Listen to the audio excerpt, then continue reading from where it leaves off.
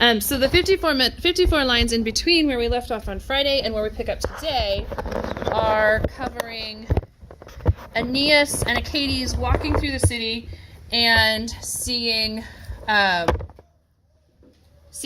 the art that they have on the doors. And what's really cool is he comes across a set of doors that has scenes from the Trojan War carved into it. And so he goes through and he's looking at it and he's like, oh, hey, look, this is this person and this is that person. And he's like, oh, look, there's me. I'm on these doors, because like people don't know where he is at this point. But anyways, so it's kind of a who's who of the Trojan War, at least on the Trojan side. Well, and the Greeks too. So, of course, who else do you think would be in the picture, just thinking off the top of your head? Who would be noteworthy enough to have their picture on the wall? Me. Annette and Cohen. JK. No? So who else? Oh, I just said Aeneas. Aeneas is on the wall. Who else? Think big names. Think all the way back to Latin 1 when I told you the story about Barbie dolls and all of that. What's his name? You don't remember the Barbie dolls, Cohen? Were you gone that day? I don't remember the Barbie. You don't remember Barbie? Agamemnon stole Achilles' Barbie doll. Oh, yeah. Yeah? But I don't remember. I'm bad with names. So Agamemnon would be on the wall, Menelaus, Achilles. I mean, we can go back through and look at it specifically. But, yeah, like the major players of the Trojan War would be on the wall. Miss Whipple? What? Oh, he's saying you'd be on the wall. Me? No, not me. Not I. I kept a low profile back then. Where's Morgan? No. I don't know. He'd be on the wall. I'm sorry. Just Whipple in the background with shades and black clothes. That's what I do. Wait, are you the Be out kind of your of voice. pictures where every once in a while there'll be like a smartphone, just a picture from the 1980s? Sure. Why do those pictures exist? I don't know. Wait, did Friday Whipple take care of Monday Whipple? Let's find out. I don't think she did. Come on, Friday. Oh, Friday. Oh, nope. Ah. Thursday Whipple took care of Friday Whipple, but Friday Whipple couldn't take care of Monday Whipple? The heck, Friday Whipple? Shame on Friday Whipple, indeed. No, but that's a good mental health lesson. Like, yeah, you don't want to do it right now, but think of it as giving yourself a gift later. Like, you are doing this so that future you doesn't have to deal with I it. just like to make my future self suffer. You know? Okay. You realize, oh wait, that's me.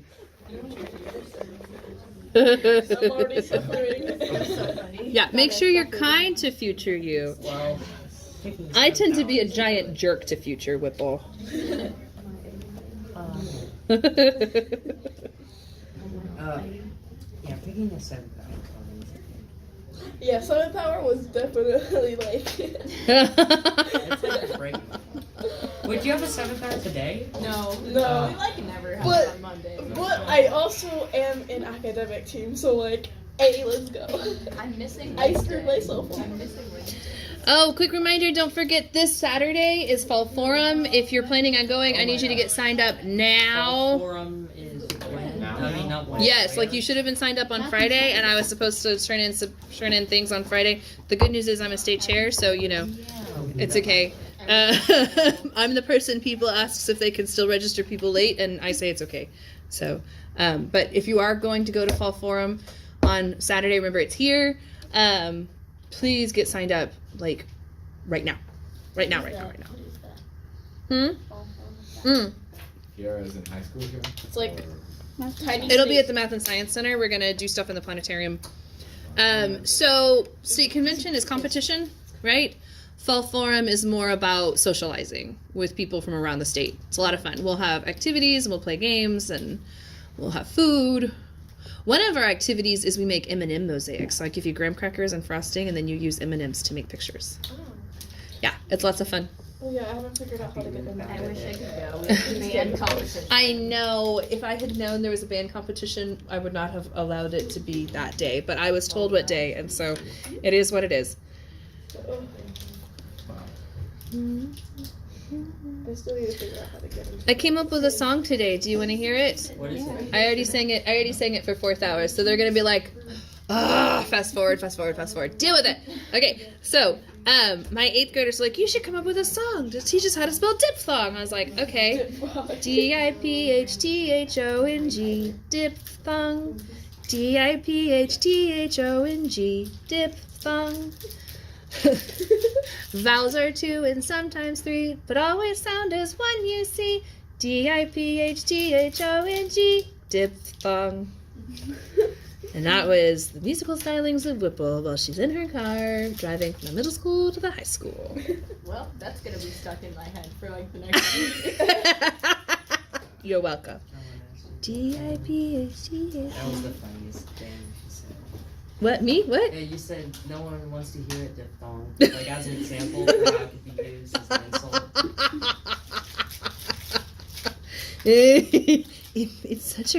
It's such a great word to use in place of so many other words. What the diphthong are you doing?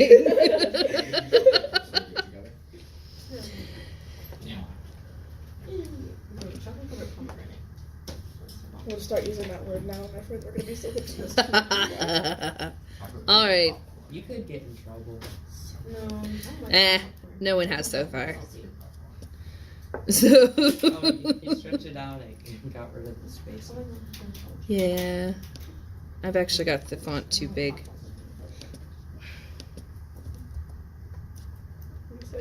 I got some assignments done. I got like 5. Good. I do grades on Wednesday. Make sure you're keeping up with your tiered readings. Yeah. Make sure you're keeping up with your tiered readings. The tiered readings should not take you long. And if they are taking you long, go ahead and go watch Fast Talkers and then go back and do the tiered reading. Does that make sense? So the goal is for you to do the tiered reading before you watch the Fast Talker. But if you're looking at it and it's not making any sense, then go watch Fast Talker and then go do the tiered reading. Okay? Because remember, the tiered reading is just a summary of the passage. Basically, in Latin. Same vocabulary, a little bit simpler grammar, everything like that. Okay? All right. I don't have a whole lot to add to this particular passage. Fast Talker did a really great job. But we do have really, really important simile. And that is the first time that we actually see Dido. Okay? We've heard of Dido. We've already seen her called Misera. Oh, let's start a fun game. We're going to do a fun game. We're going to keep a Misera count. Misera. How many times have we seen Dido described as Misera? Just the once so far, right? Yeah. Yeah? So- Okay. Tick. It says misers. That's funny. I can't read my handwriting. All right. So it's a Misera count. So we've already seen her described as Misera whenever Venus was telling Aeneas about Dido, right? Like, where are you? Well, this is the story, and this is the queen, and this is the person you're going to run into, and this is her damage. So, right, just kind of sharing her emotional baggage all over the place. But now we, Aeneas and Achates. Can anyone see Aeneas and Achates right now, by the way? No, why not? They're in a magic bubble, right? Okay, so they're walking through the city in this magic bubble. No one can see them. No one's messing with them. They're just kind of walking around. So they get to observe. And it's really cool to just have people walking around observing without being observed, right? So are you guys familiar with the observation bias in psychology? Yes? Steven, you want to explain it? It's okay if you don't want to. I can do it. Yeah. Okay, so the observation bias is basically the premise in psychology. It's the idea that people behave differently when they know they're being watched. That's the short and long of it. Okay, people behave differently when they know they're being watched. So being able to just watch a city without knowing that, without the citizens knowing that there are foreigners in the crowd, is a really unique experience. So, okay, so we're going to pick up here.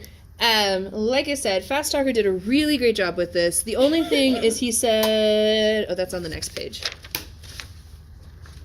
The first part, he did a really good job. I didn't have any complaints.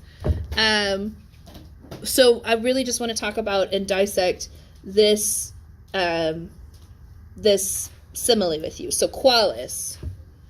Okay, so just like on the cliffs of Eurota or through the yokes of Kinthus, Diana exercises her chorus. And this is the first thing he got wrong. He was like, Oreades is your object. No. No. Oreades is the subject. Okay? And I know that because Sukutai is describing them, and this is clearly nominative. Everybody see that clearly nominative plural ending? I? Mm-hmm. Okay. So, Sukutai is describing Oreades, and they are the ones. So, having followed whom, so this refers back to Diana. So, whom 1,000 nymphs having followed. So, quam is actually the direct object of Sukutai. Right? And this is a perfect participle. Remember, notice this isn't passive because this is from the verb sequor. Okay? Follow. Okay, sequor, which is of course a deponent, so it looks active, but it looks passive, but it translates active. Yes? Am I making sense so far? Everyone doing okay? All right. Okay, so then we have hink, atque, hink. So here and here, so now you know where we get the word conglomerate. Yes, a conglomeration is like a bunch of things mushed together. Oh. You don't know this word? Glom? Anyways, a conglomerate is a bunch of companies mushed together. Yes, okay. And it comes from this word, glamorantur. Which I don't remember the exact definition, but it has something to do about them being mushed together. Gathering around. Okay, illa. So back to Diana. Okay, making her our subject again. So illa refers back to Diana, right? So that woman bearing her quiver on her shoulder and stepping, she towers over, this should be omnes, she towers over all the other goddesses, or just all the goddesses is fine. Okay, and then we have this beautiful little line, which is basically just saying her mother is proud of her. Yes. The quiet chest, or the quiet pectus, right? That every time I see pectus, it always makes me think of that line in Hercules, rippling pectorals. Yes, okay. So I don't remember that one. no, that line wasn't for you. It was Meg who's like pretending to gush over Hercules. Oh, She's like, remember you with now. all your rippling pectorals. Right? Okay. So I can't see pectus and take it seriously. Thank you so much, Disney. But anyways, so the silent heart is what it means here, sort of by, what do you guys think? Synecdoche or metonymy, having chest represent heart? Is it something closely related to the thing, or is it part of the thing? I don't have a correct answer. This is something you have to come up with in your brain. Yes. It can't be a yes. I mean, You would have to choose. If it's used more than once, probably synecdoche. Synecdoche? Well, actually, Or would it be metonymy, because then it's a metaphor that you use all the time? We see heart, we see chest meaning heart all the time. Is that synecdoche or is that metonymy? Or is it an idiom? yes. No, you don't get to come out with that yes this time. but Okay. we always do. Not this time. I can't remember if it's spelled with a CH or not. I remember how to spell it synecdoche. You need a song Alright. for it. What? You need a song for it. I do. DIPHTHONG. Okay. So and I can't spell metonymy either. Metonymy, I can't spell anything anymore. All I can spell is diphthong. Oh, and onomatopoeia. Oh, and onomatopoeia. What's the Latin derivative? Of what? Onomatopoeia. Whatever you just said. Onomatopoeia. It is a Latin word in itself. Onomatopoeia. The noise that is the noise. Okay. Anyways, so we're on a tangent talking about pectus. Is it synecdoche? Is it metonymy? Or is it an idiom? Okay. So here's the thing. Chest equals heart. But how does it equal? Right. That's what we're asking. Right. It has many things in it. It does have many things in it. Well, it has Gaudia in it this time. It has joy in it this time. So really I'm asking you, think about it and kind of come up with an opinion. You think metonymy? Yeah. You think a metaphor? Just like, Yeah.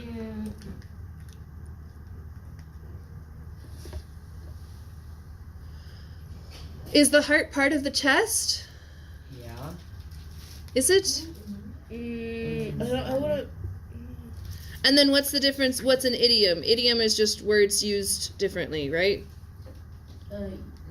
So it could just be an idiomatic translation, and it's neither metonymy nor synecdoche, and it's just an idiom. That seems small. Or it could be an idiomatic understanding of either synecdoche or metonymy. Everybody see? This is the level of thinking you need to be on. Come on, Cohen, get on our level. You guys aren't even on your level. I know I'm not even on my level. You're the only one that makes eye contact and shakes your head like, no, I'm not doing that. That's why your name gets called all the time. Everyone else has figured out if you don't make eye contact with Whipple, she won't. Like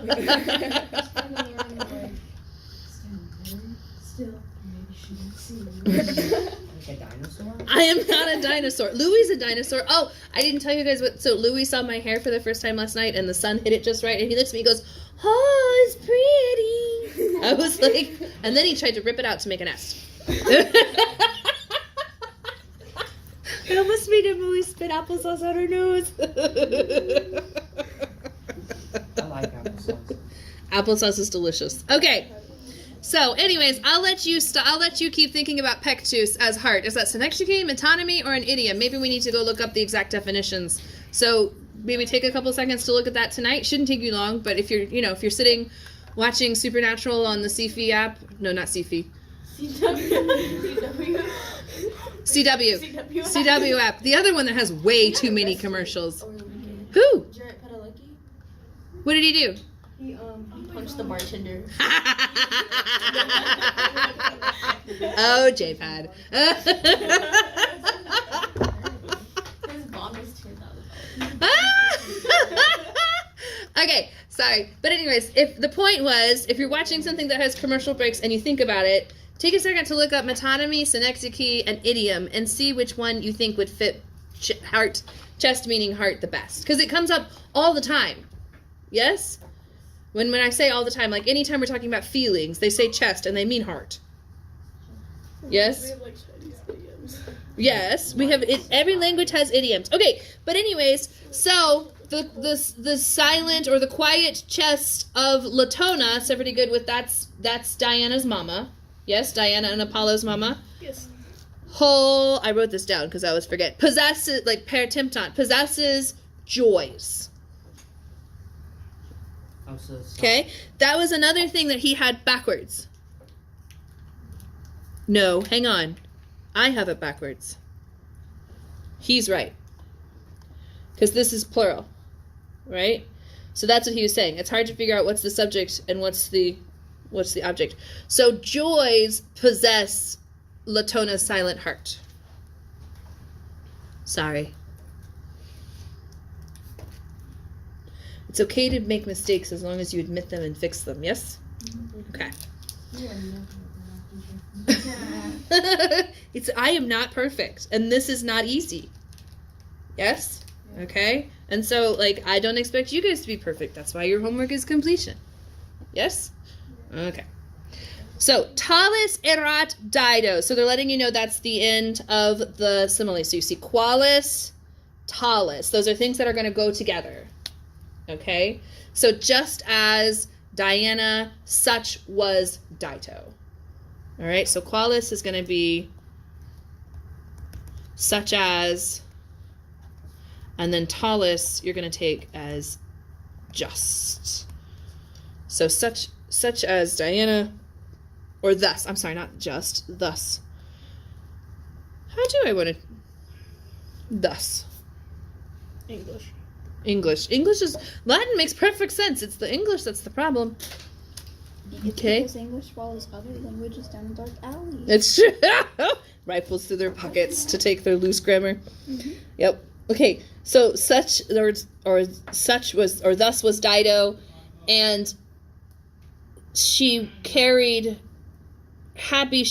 herself thus through the middle. Or you could say such. You know what? Now I'm doubting myself.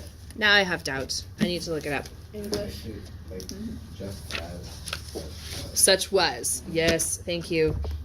Thank you, Hayden. It's like, I know there's a just in there somewhere.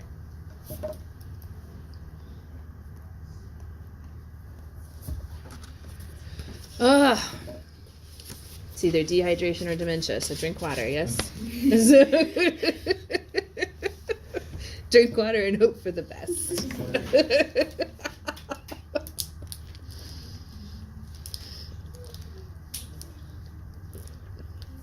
Okay, so such was Dido, and happy she bore herself such through the midst, standing regnis futuris operi.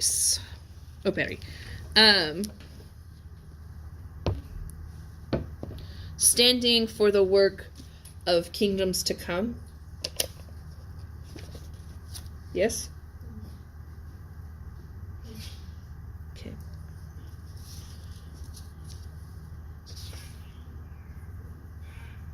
Oh, we also, in the 50 lines, we also missed the part where they built a temple to Juno. Yes. Kind of just a little important. Just a little bit. Okay. So, oh, I'm sorry. Instans means intent on the work and on the future dominions and future kingdoms. There you go. That makes more sense. So they're both dative. Operi and regnis are both dative. Okay. And instans is going to take a dative because it's a compound of sto stare. Does everybody see that? Which one? This one. Instans. Ah. You see how that is in plus sto stare? So that makes it a compound verb, and that means it's going to take the dative as its direct object instead of an accusative. Okay?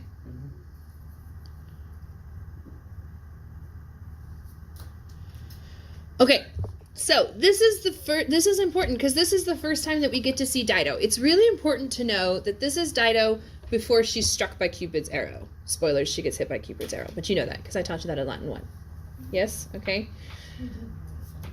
Okay? We do. We really, really do. It's going to come up.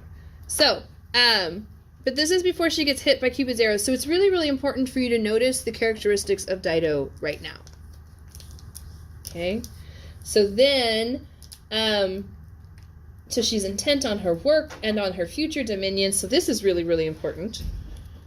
This part right here might come up as evidence for a future discussion. Hint, hint. Okay. And then, foribus dy. Then she sat down at the gates of the goddess, in the midst of the turtle of the temple. Okay, so clearly it's not actually turtle, but everybody see testudine? Yeah, the dome, arch. Basically, they've built this magnificent temple, and that's where she's hosting her court. Okay, so she's sitting there looking put together like the goddess Juno. I don't know if that's really a goddess that you want to be compared to, but What's Juno, the god of the wind? marriage. She's the queen of the gods. Mostly we're kind of making a slight, like, you know, she's, but, you know, just like Aeneas is Pius, Dido is we see that Dido is also dutiful to the gods. So the reason she has a temple to Juno is actually described in that, again, that 54 line gap. Basically, they found a horse head. It's been a long time since I've read this part, but they found a horse head, and they decided that that was where they would. You know what? It's in the back, right here. I gave you a little summary so that we don't have to pull that stuff out of the top of our head. Huh? Aeneas and Achates enter the temple of Juno. Irony. This is the back to the 50-line gap. Irony, foreshadowing, and see themselves in the Trojan War depicted on the walls. There is a famous ekphrasis, a description of a work of art and literature, as Aeneas looks at the walls. That's what I was telling you about. He sees Priam, Achilles, Diomedes, Troilus versus Achilles, weeping Trojan women being ignored by Pallas Athena, Hector's body being dragged by Achilles, Priam begging for his son Hector's body back, Penthesilea, Aeneas' emotional reactions, sunt lacrimae, rerum et mentem mortalia, tangunt. Where's the story about how they decided where to build the temple? It's in here somewhere. There's a story about how they decided to where to build the temple, and it had something to do with a horse head. Something to do with a horse, and they used it as sort of like the foundation stone, and it was kind of weird. But anyways, so they have this temple, and it's dedicated to Juno. And because remember, this is Juno's favorite city. Yes? Right? Carthage? Oh. Carthage is their favorite city. Remember that we went over that so many weeks ago. Yeah. Yeah. The very beginning. Yeah, the very beginning. It's her favorite city.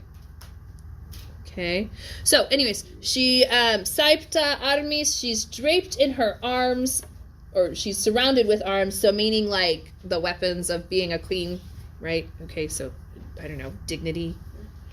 I don't know. All right, but she's surrounded by her arms, and she sits highly on the I'm cheating, on the raised up throne. That's an adverb, as Fast Talker told you. Okay.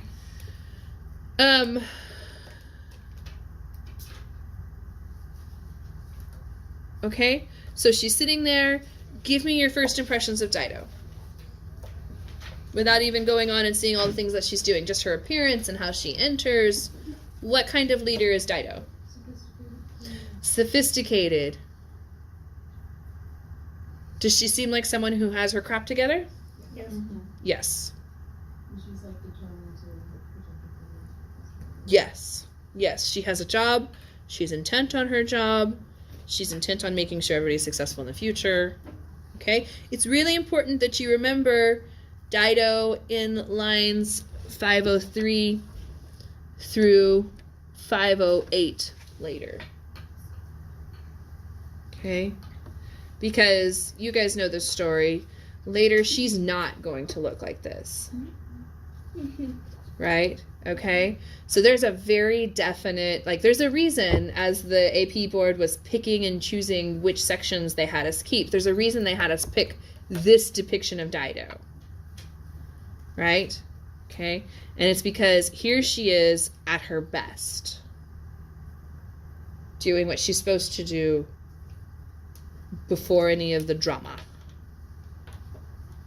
Okay? So that's just how she appears, but let's talk about what she does. Jura dabat leges que viris. What does she do? What does she do? Find your verb. She gave. Very good. Dabat. So she gave. What did she give? Laws and laws.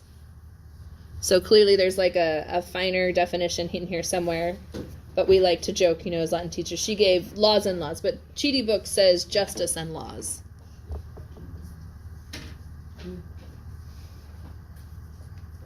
And then that just makes me think of Esmeralda. Justice! Disney, get out of my head.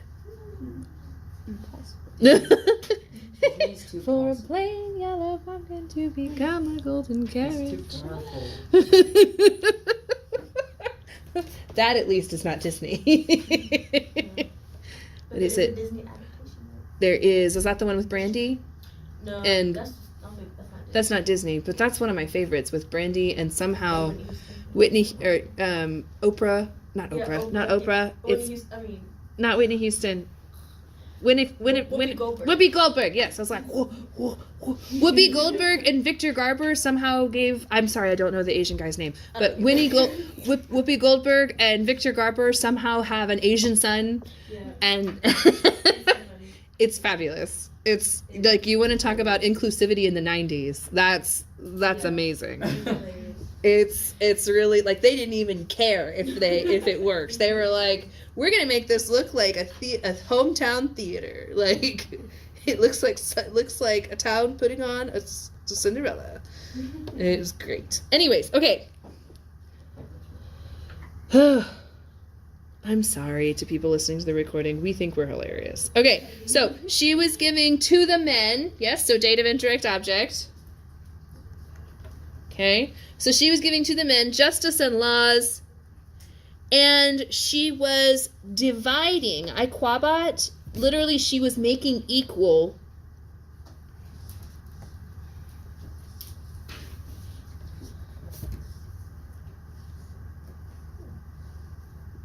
the labor of the works. So this que, in case you're wondering, this que connects dabat and iquabat. So she was giving and she was equalizing, okay? So operum then is a genitive, and laborem is your direct object. So she was making equal the work of the labor of the works in just parts. Or she was dragging by lot. Okay, ablative of means or instrument. Okay, and there's your other verb. So she was giving it out, she was dividing things fairly, and when she couldn't divide it fairly, what did she do? Yeah, she allowed fate to decide with a sorte. Okay? That's actually a good Roman characteristic. Yes? Remember, the Romans are very fatalistic. Okay? Remember, Poseidon used this word sorte whenever he talked about, how did I get my trident? Sorte. You were handed your little kingdom over there of the rocks, and fate gave me my kingdom of the sea. So now we're alluding to Dido being a great leader because she knows when to let fate decide. Okay, so I'm kind of putting words in your mouth, but does everybody see? This is a good, like those two lines right there describe a good leader. Okay, and remember,